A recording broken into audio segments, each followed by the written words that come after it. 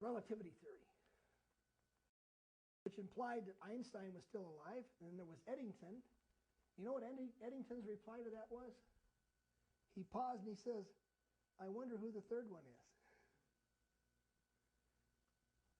General relativity was published in 1915. Special relativity in 1905. And two people in the world understood it more than 15 years later.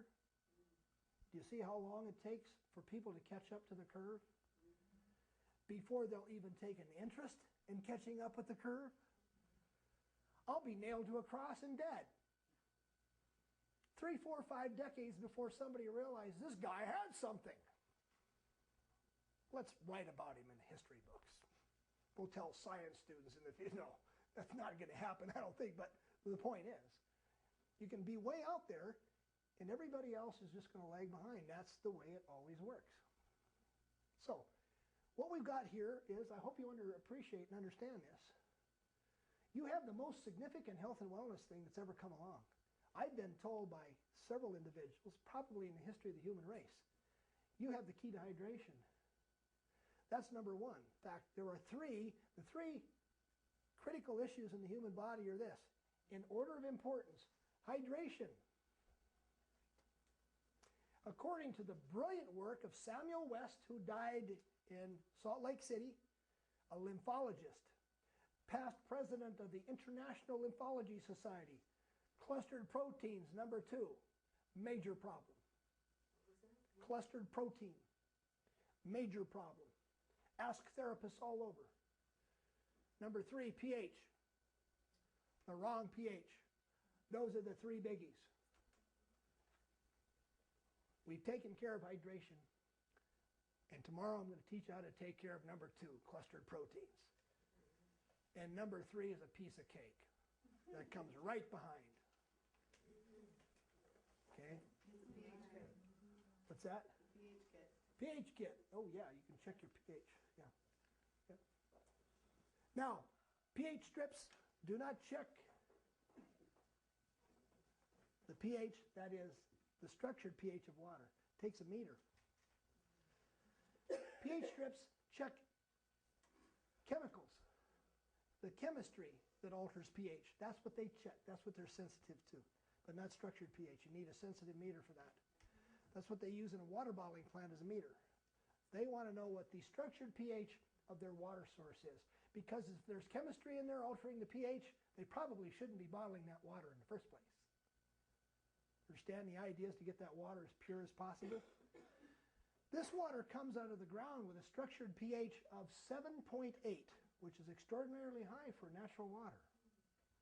I chose this water because during the Dust Bowl days of the 30s, when wells were drying up all over the central United States, these waters continue to flow. They come out of artesian springs at an altitude of 8,000 feet in the Colorado Rockies. A very, very pristine, pure water. And we use that as the basis for this. And it's a little town not far from Montrose called Norwood, Colorado. And he's way off there on a road by himself. And the only people that will go there are UPS. FedEx won't even go there. Oh, it's so bare in the winter. They have to go there to pick up their freight. And there's days when they cannot get there. The snow is so deep at 8,000 feet in the Colorado Rockies. That's our only problem. If the water comes to you totally frozen, don't worry. Thaw it out and the energy's still there. I've done this. I've taken a bottle of water and froze it solid as a brick, rethawed it, the energy's still there, and I did it 5 more times to the same water, half a dozen times. No problem. The energy's still there. Yes, Steve? Has Masaru Emoto frozen your water? No, somebody is going to meet him this weekend and talk to him about my water. They called me. Wow. Where is he? Somewhere in the United States, I think. Where is he? Yeah, Mr. Emoto is somewhere in the States giving a talk. Now here's the deal with Emoto's water. You gentlemen are students. You ever heard of Edward Lorenz? Maybe. Okay. Edward way back in the 50s, 60s, Edward Lorenz was at MIT. And he's the first man who really started doing computer modeling of weather systems. And Edward Lorenz was the man who kind of accidentally started a program running and went to lunch and came back, and the results were so far from what they should have been, he couldn't believe his eyes, and found out that there was just a small change in the numbers. He had omitted some numbers, and what it taught them was this. This is part of what we call chaos theory. That some systems are incredibly sensitive to initial energy conditions. And water is the most sensitive. That's why this anomaly showed up modeling weather systems, because water's involved. Oh, the thermodynamics of water. It is so thermodynamically variant, it isn't even funny. And think of all the variables that goes into a system. You got pressure, different altitudes. Temperature changing with different altitudes. Wind speed, you've got a different balance of little tiny particles in the atmosphere. They have their own energies. That's why no two snowflakes have ever been found that are the same. Snowflakes are fractal patterns. And because of that fact, you can have an infinite variety of fractal patterns. Because if there's a quantum fluctuation in the initial energy conditions, you'll have a different fractal pattern form. And that's what Dr. Emoto's work is showing you. How thermodynamically variant water is.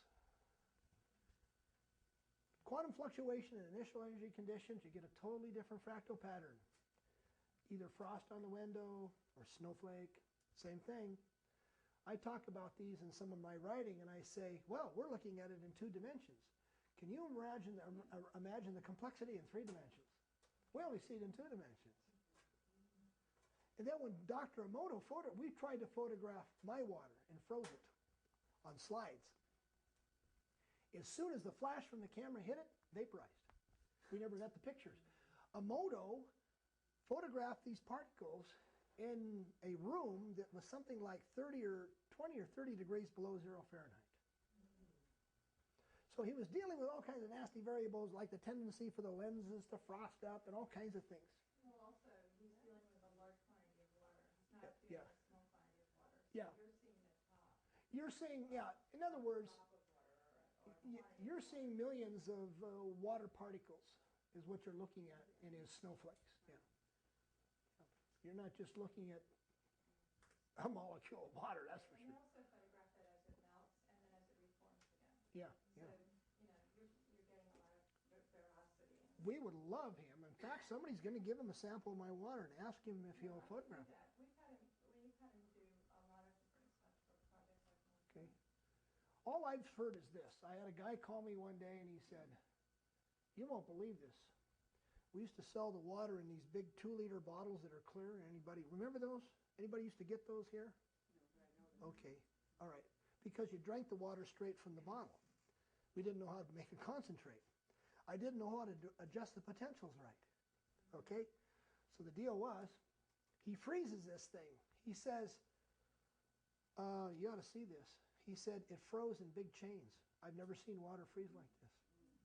I had another guy, he said, well, I wanted to kind of get an idea of what the interfacial or surface tension of your water was, so I did a meniscus test where you take these different waters and put them on a piece of glass.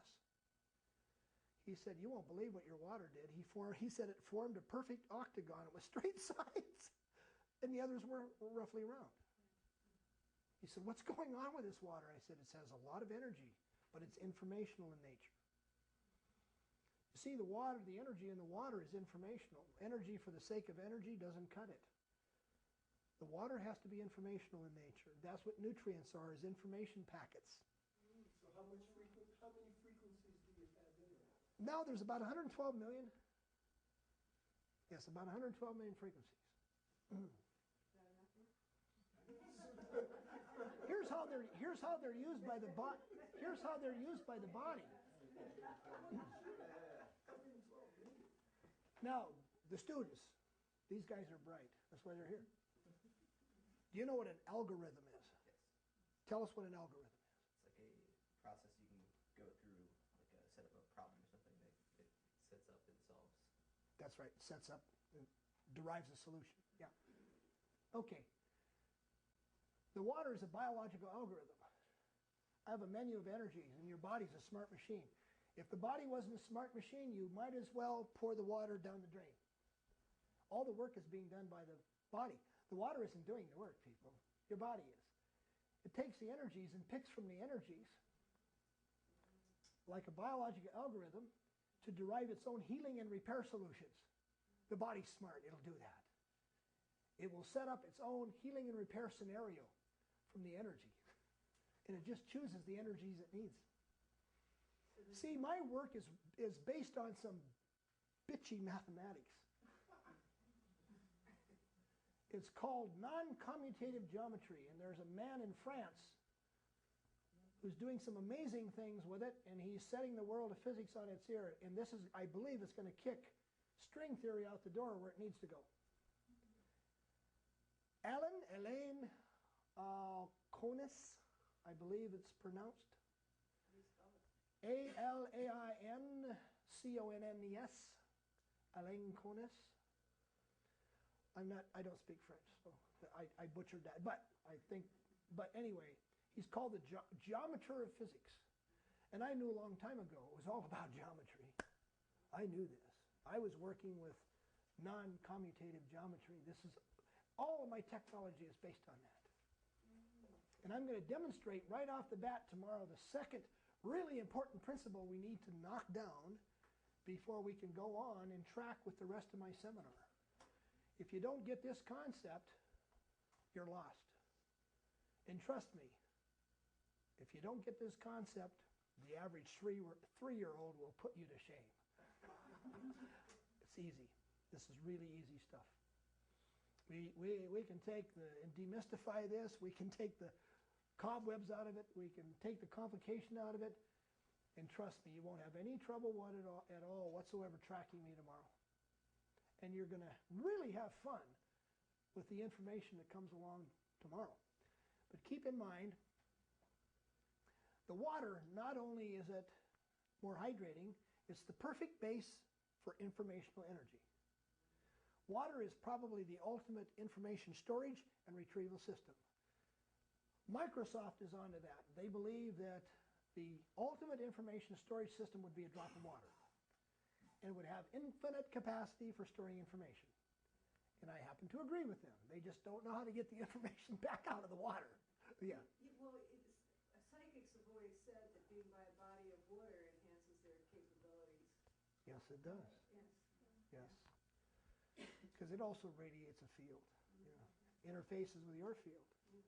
When the water's alive, when they're by a body of water, particularly water tumbling down a stream, cascading over rocks, moving, being thrown in the air. Whoa, have you ever been beside that situation? Is the energy incredible or what? You can hardly tear yourself away. You don't want to go. I've been by like the Lochsaw River, just over the Montana border down into Idaho. You go down the Lochsaw River as you're going out to Lewiston, Idaho. In the spring, unbelievable. Incredible river. Waterfalls, same thing. Even the spillway of a dam. Yes. Oh, yes. Amazing. Water is the most amazing compound in the universe. We just think it's simple H2O. Oh, God, what? Oh, no.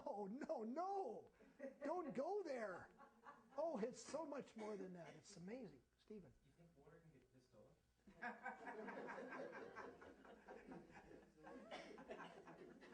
Offer in.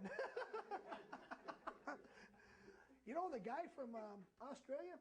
You know what he told me? He said, we can't believe you Americans that you're fouling your groundwater. Yeah. We don't pee in our water and we don't take a dump in it.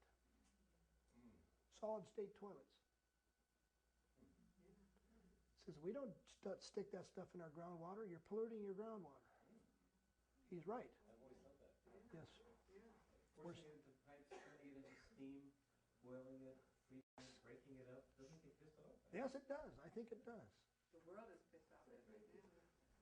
I actually think there's A man who has a really unique set of abilities. He can see energy fields around people and things. Calls me one day and he says, I've been staring at 2 bottles of your water brought close together for about a half an hour. They're exchanging information. And he says, I can see energy come from outside, hit the field, and bounce off. And he says, my God, this water's alive. He says, I believe it has consciousness. I said, please don't go there. I'll have to leave the house. God, imagine your water out thinking you. Oh my God. That's a scary scenario. No, seriously, in a sense, water probably is more involved with consciousness than anything else. Heard it saying that water is just using us to be transported from one place to another. It's amazing. I know. We're being used. We don't know it. That's beautiful. I have an associate. He has probably the world's best memory. I've seen him memorize a list of 1,000 words in a little over a minute. And you just yell out word 754 and he'll tell you what it is. It's a learned skill. Anybody can do it. It's called learning at the speed of sight. You know what he once said about water? He said, God invented plant life so water could stand up and look at the sun.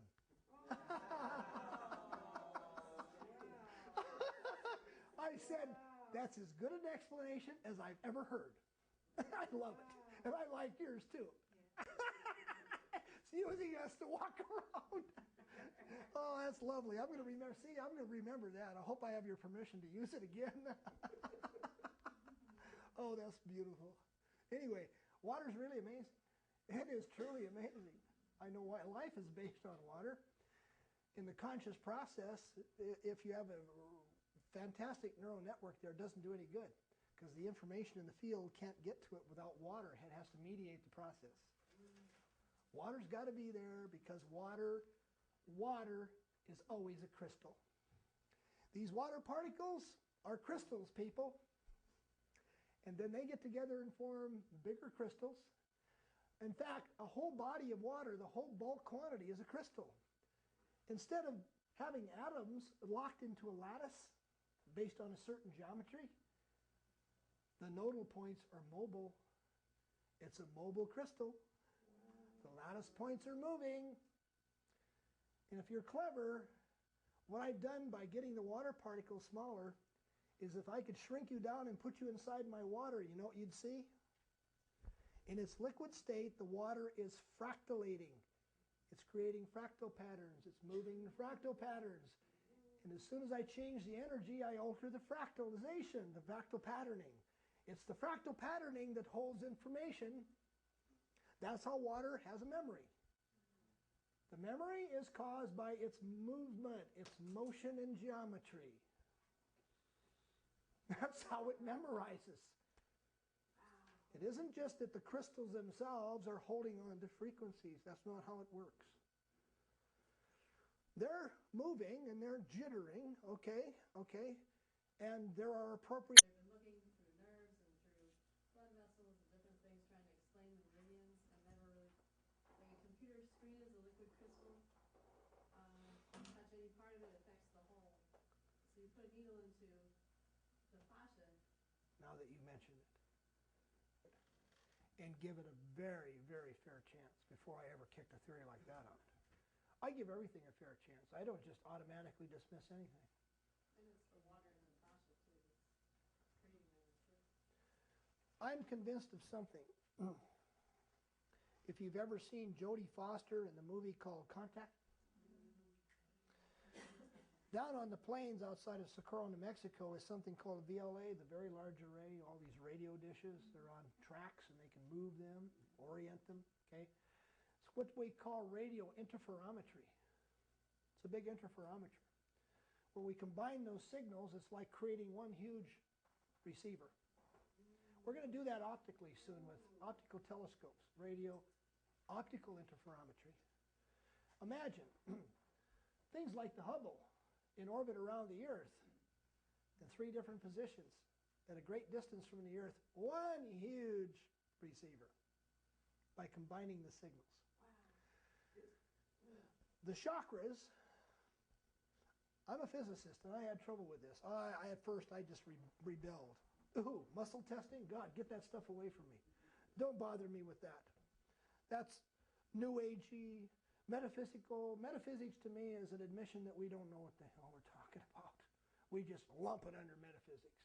Nobody's taken the time to really understand this phenomenon. It's metaphysical. I don't think so. Okay, but anyway. I had to come to grips a long time ago with the phenomenon of muscle testing. And even worse was the idea of chakras. I found out that they were there. They're really there, and they make a profound difference. For instance, bring a little girl to me, 5 years old with cystic fibrosis. That's the kiss of death, people. They're dead by the age of 20. I'd never been around cystic fibrosis. I wanted to take a shot at analyzing her. What I found was amazing. 2 chakras are spinning backwards right out of the womb, the crown and the third eye. It takes down the myofascial. And the heart struggles. The heart and the intestines take a beating. Now, do you know what most of the elderly die from? More than anything else, what do the elderly succumb to? Pneumonia. Pneumonia. Yeah. Dehydration, pneumonia. The bloodstream into the lungs, because your bloodstream is basically seawater, goes into the lung, and the lung becomes a petri dish. Grows everything that comes along. The key in pneumonia, find out what's wrong with the heart and get the heart up to snuff. Get it going. That's the key in all pneumonia. I've never found an exception to that. And as the heart's failing in elderly, they succumb to pneumonia. Can't keep fluid from spilling out of the bloodstream into the lung. Just starts spilling out. And this little girl, heart's down. I spin these chakras around the correct direction, heart comes right up. Now I tell this little girl's mother, well, and she wasn't listening. I knew she didn't hear me. I said, she's really going to cough bad tonight. Real bad. She's going to be getting fluid out of her lungs. She didn't hear me. She said, oh yeah, she's coming down with something today, and her father's going to get up tomorrow morning and give her a prednisone shot. Whatever. Okay. They left. That was a Saturday afternoon. And I had a case of water sitting by the door. They wouldn't take the water. The woman said to me, well, her father has an MSW. And said, I'm open-minded, but not that open-minded. Don't bring that water home. Can you imagine that? It wasn't about his daughter. It was about him and his ego and pride. That's the problem with childhood diseases, is parental involvement. They become attached to their child's disease. Yes, I've run into this time and time again. What the hell does your child's recovery have to do with your ego? Would you explain that to me? I don't understand. But it happens time after time. 9 o'clock the next morning, I get a phone call. Hi, this is that little girl's mother. Do you still have that case of water sitting beside your door? I said, yeah. We're going to come get it. I said, oh, the father had a change of heart. Well, you might say that. She coughed horribly last night. And he finally got tired of it and got up at 6 in the morning to give her, he'd loaded this syringe with prednisone, went to her room, and she was gone. He freaked, he panicked, he looked around the house, his daughter couldn't be found. And he heard a noise outside, and he looked out there, and she was running around playing with her 2 cousins. He went out on the porch and stood there, and she ran and played, and never coughed. Finally, he felt somebody bump his arm, and it was his wife. She said, oh my God, how much prednisone did you give her? He says, I haven't touched her. It's still full. He said, what time is it? She says, 8 o'clock. I've been standing here 2 hours and she hasn't coughed. She's never been able to run and play. He said, what did that guy do to her? Just something with energy? He said, call him and see if he still has that water. It's been over 3 years. All the symptoms are gone. Took 12 hours. Why? Because I understood what a Qigong master from China taught me last summer in Calgary, Alberta. In China, for centuries, we recognized two things: cause and effect. For 4 days, we're at a think tank. Cause and effect. Cause and effect. He just drummed that. We got tired of hearing it. We finally caught on when he told us a story about a woman who came to him in a wheelchair, hadn't been able to walk for years. He says, I have to know what the cause was. This is the effect. What's the cause? This is never the cause. This is the effect. She couldn't remember anything. Had an idyllic life. Never had a scratch, a scrape, a tear, a broken bone. Said, I can't help you. He sent her home. One day she thought of something. This couldn't be it. Oh, she called him anyway. She says, Dr. So-and-so. He hates to be called doctor. He's a doctor and a Qigong master. And you don't call him master either. He's real touchy about that. When I was a child, I fell down and hit my head. He says, come in, that's it. She says, what? Are you kidding me? No, come in. She goes in. There's an energy blockage over where she bumped her head. He removed the blockage. She got up and walked. What does that tell you about how the human body works?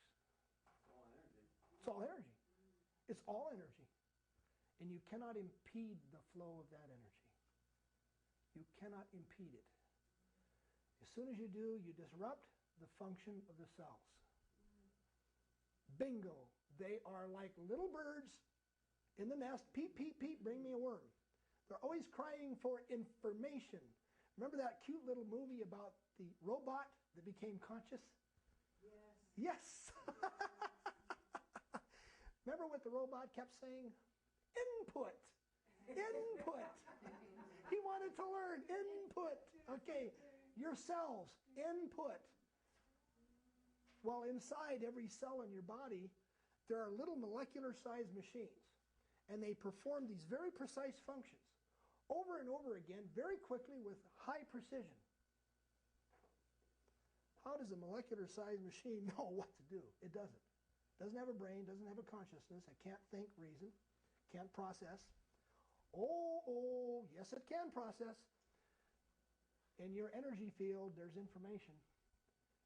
It's like a subquantum program, and that's what it's looking to. The cells are looking into the program. Give me information. Energy blockages will distort the information. Then the cells don't function right. Give me information. I don't see it clearly. It's like a frosted window. I can't see through it. See the point? See how this works? It's like a frosted window. You can't see the information.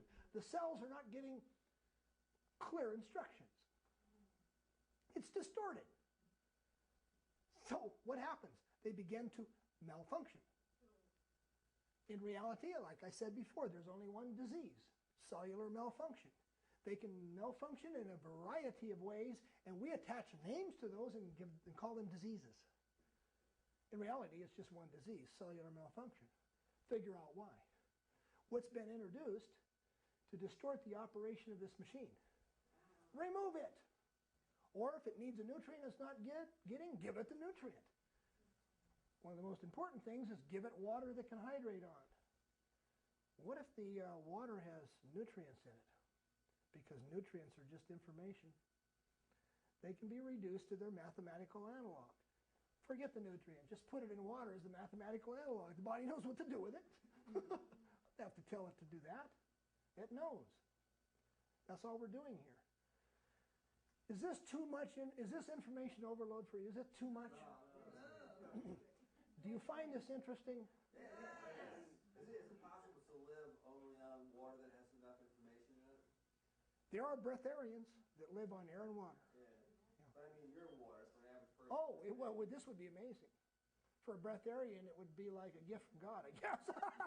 And I'm not God, but yeah. It'd be amazing. They could really hydrate. They could get all this nutritional information in water. Yes. Are you saying that with the drinking of this water, we could eliminate all vitamin taking? Well, as I said in the beginning of my talk, this is all theoretical. So let me say, theoretically speaking, yes. Yes. Theoretically speaking, I stopped all my vitamins months ago. yes. I haven't touched anything. I used to take vitamins. I don't test as needing vitamins now because of the water. And when I figured out how to put the energy of vitamins, which is more complex than minerals, in water, that's the day when my body quit testing as needing supplemental vitamins.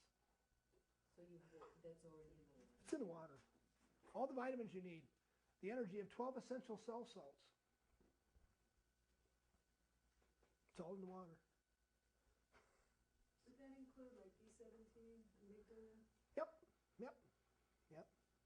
So when you redesigned the water, it's that you discovered something else that you've chosen to put in the water, is that what it is? No, I've chosen to make the water particles smaller and then take advantage of its ability to form extremely complex fractals. And that's done, I literally have to encode. My laser that I do this with is encodable. I can encode or encrypt mathematics into it. And it puts that energy into water in a way that I will not explain to you. That's proprietary information. If they see it on this film, everybody will do it. So that's mine. That's mine. So this And by seeing my setup, you can't tell what I'm doing. It's up here.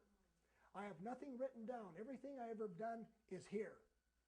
I work like Nikola Tesla. I have the ability to put a problem in my brain, it'll work on the solution, and it'll come out later on. I am one of the most dyslexic human beings you'll ever meet. My gift is dyslexia. You cannot teach me. I had a bitch of a time getting degrees. I don't learn like other people. I have to do it my own way. What does it cost the planet for you to use this laser on this water? I mean, what is the, isn't there some sort of, No, there's a principle in quantum mechanics. it's electric? Nope. I can draw energy from vacuum space for a very short period of time, and I got to put it right back. But you know what? I figured out how to put it to work before it goes back. That's the key. Before the energy goes back, I figured out how to harness it. There is no electric wire that goes from an outlet to my laser. Figure that out. This is not like any laser you have ever seen or anyone has ever seen. It has coherence. A degree of coherence is about 100 times greater than any laser working at any frequency in the electromagnetic spectrum.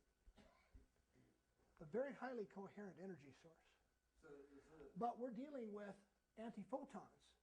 You can't get antiphotons unless you go through some real complicated crap called, well, we're dealing with what we call phase conjugate energy. And you can pull what we call the advanced wave off the retarded wave. And there was an article years ago in Scientific American where some gentleman did that. I figured out how to do it in a much simpler way. See, that's the key. Mr. Einstein says, keep it simple. I always go right to the simplest solution. And they tend to be absolutely beautiful. They're beautiful in their simplicity, beautiful in their operation, and very effective.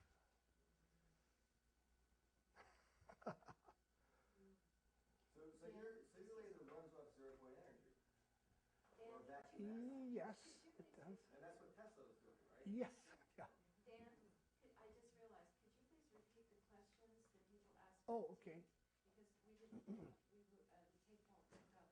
Yeah. What was your question was about my laser, right? My question was about what did it cost the planet for you to operate this laser? Nothing.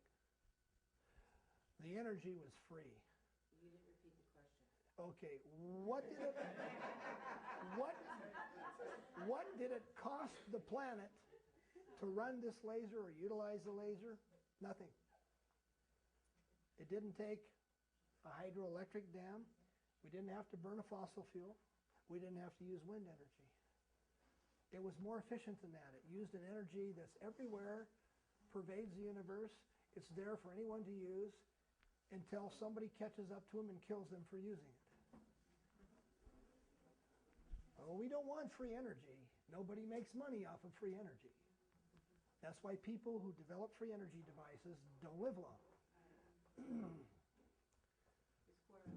What happens Yeah. if something happens to you? How are we gonna get the water? How's the planet gonna get the water? Come to my funeral first. And we'll have those arrangements made. Well, you know, your field is our field and all that. No, How I are we gonna get it? deeply hidden. I have people who know who I've instructed. Okay, we have backup systems, so I'm not that dumb. Yvonne wants me to re-ask my question, which was, are you using 0 points energy to power your laser, or vacuum energy to power your laser? Yeah, vacuum energy. I refer. Yeah, am I using 0 point energy or vacuum energy to power my laser? Right. That has something to do with it. I'm utilizing what we call the virtual vacuum particle flux field. The virtual, wait a second. Vacuum particle flux field. I've learned how to do something to engineer that field in a way other people haven't learned to. Just by being simple-minded. And dyslexic. And dyslexic. Got it. Yeah. Okay. Before you said something about the body taking what it needs to utilize from the water to accommodate whatever Yes, yes. ailment or whatever. Mm-hmm. So if you had plaque in your arteries, and one person you said might be potassium, the other one might be calcium plaque. So if I had calcium plaque in mine, it would work for me. If somebody else had potassium plaque, it would work for them. Yes. Okay, that's what I Yes. And her question was, if the body has the ability to take the energy in the water and utilize it, then if somebody has one kind of plaque, say, built on calcium phosphate, does the body know how to use energy to do that versus what would need to be done to get potassium or a calcium phosphate line out of the arteries? And the answer to that question is yes, it can discriminate. Actually, it doesn't have to discriminate because the energy is either going to be appropriate for that particular task or it's not in that case. There's a lot of the information that the cells, in some way there has to be a knowledge or an understanding